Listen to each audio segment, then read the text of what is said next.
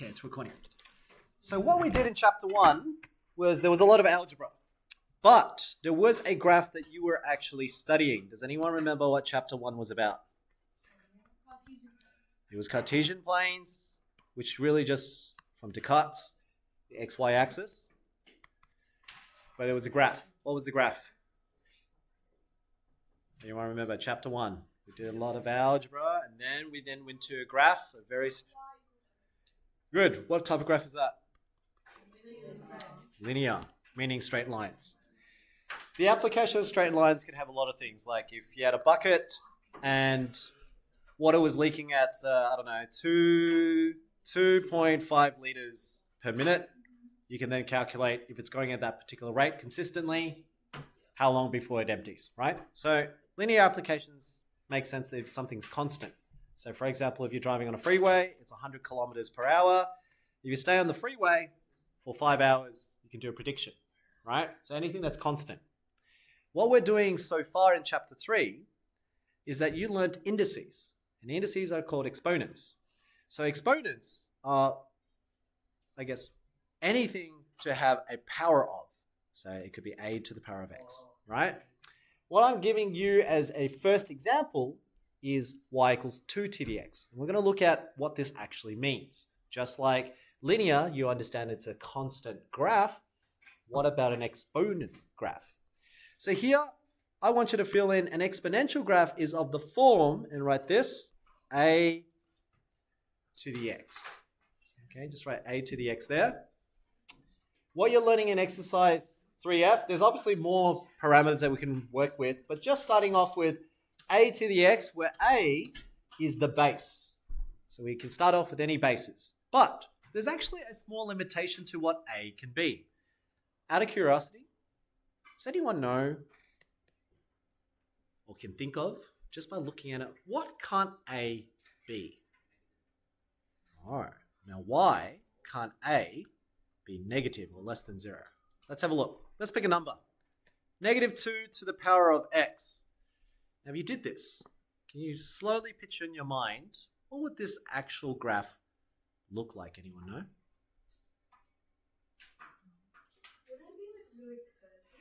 I love that how your hand went up and down. Because what happens when it's even powers? What happens is like 2, 4, 6, 8. Negative 2 to the power of 2, what do you get? 4. When I do negative 2 to the power of 4, what do you get? 8. But then if I did this now, well, not 8, sorry, that's 32. Is it 16? But negative 2 to the power of 3. What's happening? So when it was 2, it was positive. When it's 3, it's negative. When it's 4, it's positive again. So what do you think happens if I changed it to 5? So on your graph, if you were to picture it, if it was x1, x2, x is 3, x is 4, what we can see is 2 to the power of 1, give you 2. To the power of 2, negative 2 to the power of 1 is negative 2, so it's down here. Then 2 squared is 4, so you said it's up here. Negative 2 to the power of 3 becomes now 8. And then to the power of 4, it gets bigger. What's interesting is it gets bigger in the positive direction, but it also gets bigger in the negative direction. So it will actually look like that. But the problem is it won't actually be a connected line. It will just be dots. It will just be infinite dots going up and down, up and down, up and down, right? That is not the general shape of what we call an exponential graph. So one of the limitations we give is a cannot be, or is it? A cannot be less than 0, okay? What else can't a be? So a can't be negative. I'm just going to write here, a can't be negative. What else can't it be? A can't be 0. Why can't it be 0? Very good, because if it's 0, 0 to the power of any number would just be 0. So really you end up with a straight line where everything's 0. That's not an exponential graph, that's a linear graph. So it can't be 0, can't be negative, because then it'll go up and down. What else can it be? One more. 1. A cannot be 1 Because if you had 1 to the power of anything, what's 1 to the power of anything? 1. 1. So you actually end up with another linear graph. That's not an exponent graph, right? So these are the limitations. So really at year 12 level, they normally say A needs to be greater than 1. That's the limitation. Okay, it was one of the year 12 exam questions. It was 1 mark. And most students did not answer that because they did not understand what an exponent graph is. So I just thought, just to get you to think logically. So then let's look at what an exponent graph looks like. Now let's fill out the table. If I gave you y equals 2 to the x, what's 2 to the power of negative 2? 1 on, yeah, you're right. That's 1 on 2 squared. So using index law number 7, the negatives flip reciprocally, and that becomes 1/4. So that's 0.25, right? So I'm going to write here in decimals, 0.25. What is 2 to the power of negative 1? 1/2, which is the same thing as saying 0.5. What's 2 to the power of 0? 1. What's 2 to the power of 1? 2. 2 to the power of 2? 4. 2 to the power of 3? All right, tell me what's the pattern. From 1 to 2, 2 to 4, 4 to 8, what's happening? It's doubling. That's what this base means. The base means when you put a 2 there, you're saying, what happens if something doubles itself each time? That's the model that we're doing. Okay, so if you're simply saying times 2, times 2, times 2, times 2, you're doubling every single time. But what's interesting is, what if I go backwards? This is doubling here. What's happening over here? 0.5, 0.25. What do you think the next one is? 125. So what's happening there? It's halving. So as it's going to the right, when it's positive, it's doubling. But then when it's negative, it is halving. So let's have a look at the graph here. I'm going to do it on Desmos so that you can sketch it in. We can sketch in the points here. So one of the things that we know, when an x is 0, it was at 1. So the y-intercept is at 0, 1. So let's write the coordinates. When x is negative 2, you found out y was 0.25, which is 1/4. When x was negative 1, you said y was half, which is 0.5. When x is 0, you got y is 1. When x is 1, you said y is 2. When x is 2, you told me y is 4. When x is 3, you told me y is 8. And the pattern you told me was the y coordinates were increasing by double. 2, 4, 8, next one 16. But when you go backwards, it goes half of 1 is half of half is 1/4, and then half of 1/4 would then be 1/8. Okay, so there's a pattern that's happening here. If you plot those coordinates on the Cartesian plane, this is the pattern. 1, 2 is here. 2, 4 is here. 3, 8 is over here. So we can see that it's not like a linear graph on the right-hand side. As I'm going x positive, the graph is not linear. It's doubling each one. So double of 1 is 2, double 2 is 4, double 4 is 8, double 8, next one is 16. So it's growing quite rapidly. But on the flip side, on the negative side, starting off at 1, it actually then started halving. So at negative 1, it now becomes half of it. So it's here. Then at negative 2, it's even 1/4 now, so it's half of that. So you can see it's kind of like rapid growth, and rapid decline. Now here's the question. What happens at 3? Negative 3, sorry. What do you expect it to be? 1/8. Then what about 4? 1 on 16. And then at 5? So what's happening to the numbers? Gets smaller and smaller and smaller. Now, that means it never really hasn't yet touched the x-axis. To touch the x-axis, what should the y value end up being? 0. But the question is, can you keep halving a number? Half of what number will give you 0? 0. How do you get 0? You don't. So what does that mean? How does this graph then look like? This is what it looks like. It will be, whoops, that's badly drawn there, but it eventually pretty much, this is the exponent graph, and I want you to see it on Desmos here. If you have a look, this is what we're replicating. At 1, it's 2. At 2, it's 4. At 3, it should be at 8. So here's 8. There we go. Next one should be 16. So you can see it goes up. So it goes up infinitely, right? Whereas over here, you told me it's halving. So you can see as I get closer to 1, that's about half. Halfway, half of half, half of a quarter, half of 1/8. But it looks like it's touching the x-axis over here. So if I zoom in over there, let's go over there, let's zoom in.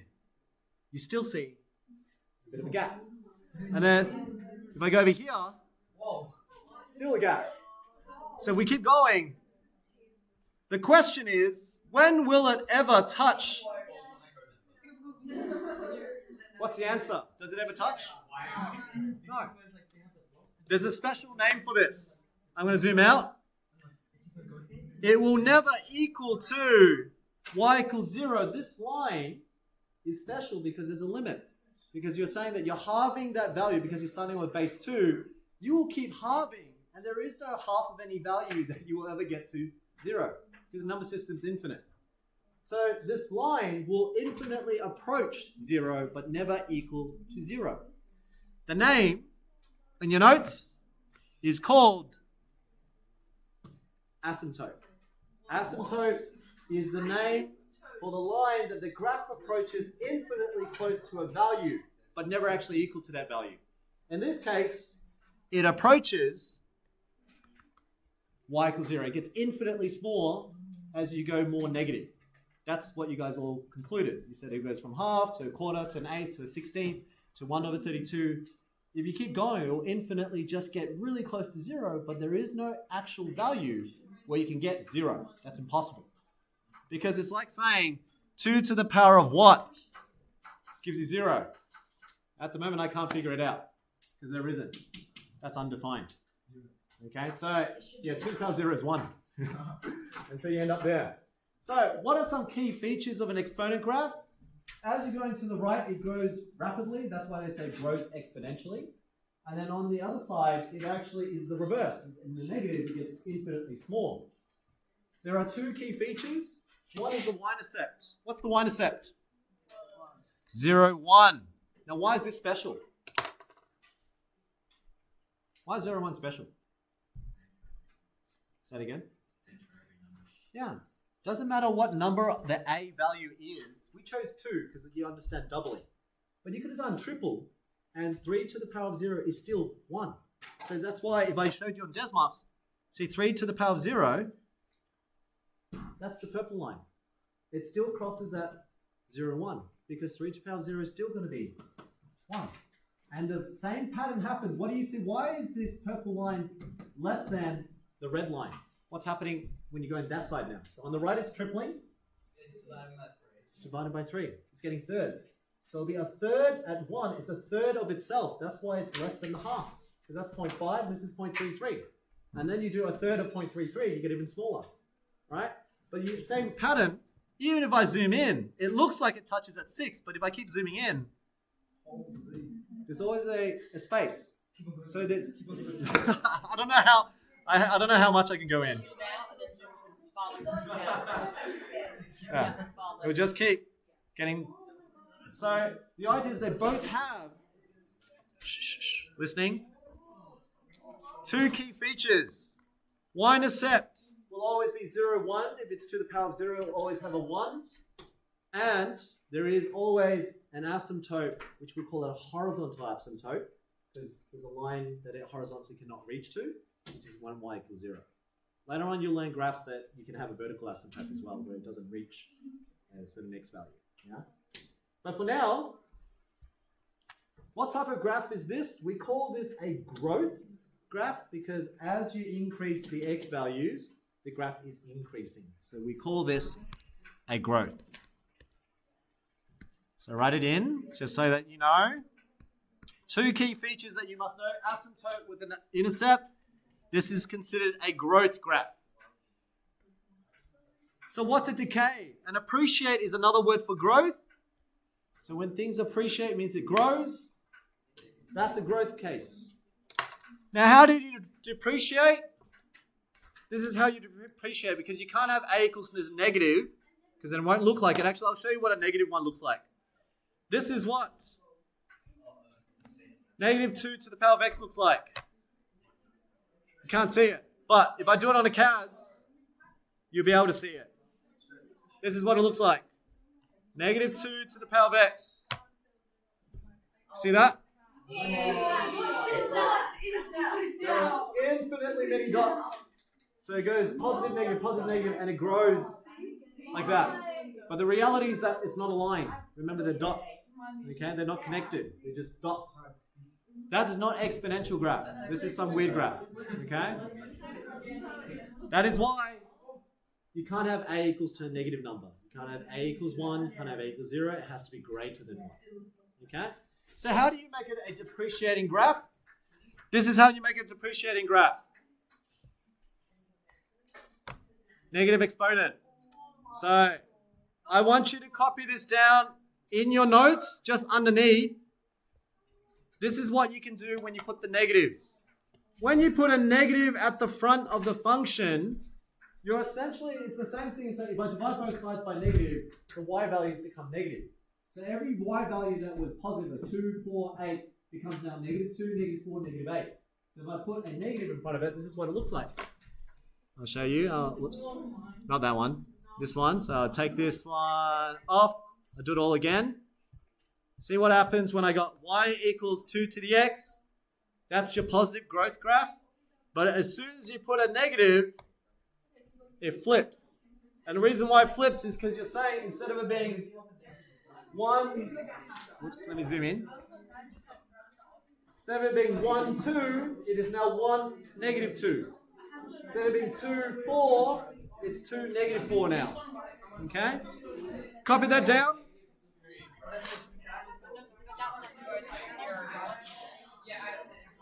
Yes. It goes through which one? Very good. All right, you nines. Quiet down. Settle down. Yes, so A is not a negative. This is actually, a very good question. There is a difference between writing negative 2 to the x versus negative 2 to the x. Yeah? Now, a lot of students, when they write this, they're meaning this. What's the difference? What's the reasoning? What's the reasoning? Wait. Shh. Sorry, I can't hear. Sean? When you do negative 2 to the power of x, it's like you're doing negative and then brackets 2 to the power of x. Very good. Now, remember BODMAS. BODMAS says that you do brackets, orders, or powers before division or multiplication. That negative technically is a negative 1 times 2 to the x. So that's why you do orders first before you do multiplication. This one means do brackets first, then you do powers. So A in this case is negative 2. In this case here, A is positive 2. Okay, but most students, that's why layout matters. A lot of students write this at year 9 mainstream. They would write negative 2 to the power of x, and what they're really trying to say is that. That's why when I give it as a test and I say, say A to the power of x is, let me do negative 2 to the power of 3. Some students will get this wrong. Okay, so I'll say, what is the, to the power of 4, my bad. Some students will think this means negative 2 times negative 2 times negative 2 times negative 2. No. This actually means negative 2 to the power of 4, which is 16. The answer is negative 16. Okay, so if you do it on a CAS calculator, you can see. See, if I did negative 2 to the power of 4, you would assume it's positive, but it's not. See, if you want it to be positive, you should say negative 2 to the power of 4. That's positive 16. Because then it's the negative times the negative. So this is what students make a mistake on. When you write that without doing the brackets, you think it's this, but that's not what you're saying. What you're saying here, what you're saying there is this. You're saying negative of 2 times 2 times 2 times 2. Does that make sense? With the negative. So with the brackets, you leave. No, with the brackets. Could've followed that means one. it's negative. when they write it, Because you're doing how it with it negative. is. So it'll be times 2 times 2. Sorry. Here we go, example 2. In the exercise 3F, so now that you know growth versus decay, they're trying to get you to understand why you've been learning the index laws and the algebra to it. So we know how to sketch 3 to the x now. So we can say, all right, crosses through 0, 1. When x is 1, y is 3. That's the one you just did before. So the exponential graph looks something like this. Okay, so I'll just make it a bit better. It'll look something like a third of the way and it goes down, right? This is what 3 to the x roughly looks like. One may say, sketch the graph of y equals 3 to the x and y equals 27. Now, what's y equals 27? What does that look like? Just remember back in chapter 1. If I asked you to sketch y equals 27, what do you think it will look like? Okay, you guys are solving it. It's a straight line. Y equals 27. If I zoom out, it's just a straight line. That's what you learned back in zero gradient. Yeah, so mx plus c. Y equals 27 just means at 27, it crosses through. Now, if you're trying to find the intersection between them, this is what you guys was just saying just now. Yes. Now, the reason why... Thanks, team. The reason why you've learned how to solve it algebraically is because simultaneous equations, y1 equals y2, the point of intersection occurs when 3 to the x equals 2, 27, which is what you've been doing. This is what you've been doing in your algebra section. Solve it. What's x equal to? X equals 2, 3 cubed, and therefore x is equal to 3. But what if I spiff it up a bit? What if I said not 27 and I asked you when it equals to 10? Very good. So how do you do this one? X is equal to? Log 3, 10. So watch what happens here now. If I say log base 3 of 10, okay? Sorry, let me just do that again. Here's your line. Oh, sorry, no. Let me do it this way. Y equals 10. Can you see where the intersection is? That's the intersection. You just told me that the intersection should occur at log base 3, 10. So you can see here, if I type in log base 3, 10, and the y value needs to be 10. Wait, did you do it wrong? Oh, sorry, that's not a 3 to the x graph. Sorry, that's 2 to the x. There we go. I had 2 up there before, so it should be 3 to the x. So that is y equals 10. So y equals 10, and you solved log base 3 of 10. That's how you're finding the intersections. So each of those algebra that you've been doing with logarithms and solving by inspection, that allows you to figure out where part of the graph do you want. So hypothetically, how does this apply to you? See, logically, if I told you that whatever money you start off with, how much money you can start with? Let's say you got $10 in your pocket. If you start with $10 in your pocket, and then I said, double it every hour. Okay? So after 1 hour, how much do you have now? Wait, tell me, how much? 20. After 2 hours, 40.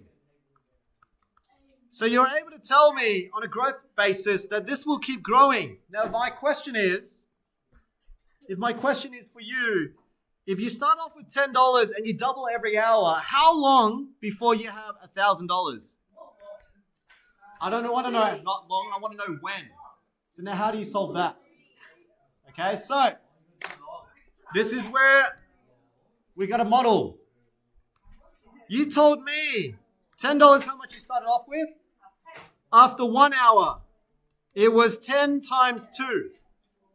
Right? Because you doubled it. After 2 hours, you told me it was 40.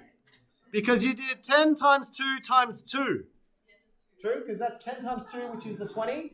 And you times 2 again. Does that make sense? Wait, I'm going to wait for everyone's attention first. Let's follow this again because this is key. You said $10. You guys were able to tell me because you were just doing double of 20, double of 40. But what you're not seeing is this bit. Start off with 10. Double of 10 was 20. Now I could have wrote 20 and double that, which gives you 40. But I rewrote 20 as 10 times 2. Now why did I do that? Because if 20 can be written as 10 times 2, do you see a pattern here? What's 2 times 2? But as an indice. 2 to the power of 2. So when it's 2 hours, it was 2 squared. If I go to the third hour should be 40, which is 10 times 2 times 2, right? So 40 times another 2. So this is 2 cubed. So third hour is 2 cubed. So what's the rule? See, can you see the pattern to the rule is you start off with $10 times 2 because you're doubling every hour, and it's just the indice. So if it's every hour, if the second hour, it's 2 squared. If it's a third hour, it's 2 cubed. If it's a fourth hour, it's 2 to the 4. So what you're actually getting now is your cost, the amount that you have in your pocket, is equal to $10 what you started, doubling to the power of how many hours it's going to go by. That's the pattern. Because the pattern was after 1 hour times 2 once. 2 hours you times 2 twice. Third hour you times it 3 times. So by the 100th hour you'll be timesing it 100 times. So now if I asked you, solve the equation for when will you have $1,000 in your pocket, knowing that you start off with $10 and you double it every hour. How long does it take? Now you can solve this one. What do you do here now? This is what you've been doing so far. How do you get rid of this 10? Divide both sides by 10. 1,000 divided by 10 is? 100 is equal to 2 to the x. Now if you want to solve for x, this is how long it will take. On your chaos calculator, you can type now log 2 of, what was it again, 100. It will take you 6.64 hours. If you had $10 and you doubled every hour, it will take you 6.64 hours before you reach $1,000. You see what I'm doing? So I took something that you understood, but each time I didn't just write 20, 40, 80. I broke it down so you can see how indices comes and gets approached. The reality is that we don't always double everything. So in reality, compound interest and all that does not double. It does other percentages like 10% increase, 12% increase. That's why indices is powerful. Okay, so you're learning the algebra. What's hard is to take what you learned and apply it. So that's why this week was going to be tricky. For today's lesson, all you needed to learn, growth versus decay. Next lesson, I'll do a bit more applications. Okay, and that's about it. For those who really get it, I can teach you compound interest and what it is. Otherwise, stick to that. So F and G. All right, so I'm going to stop there.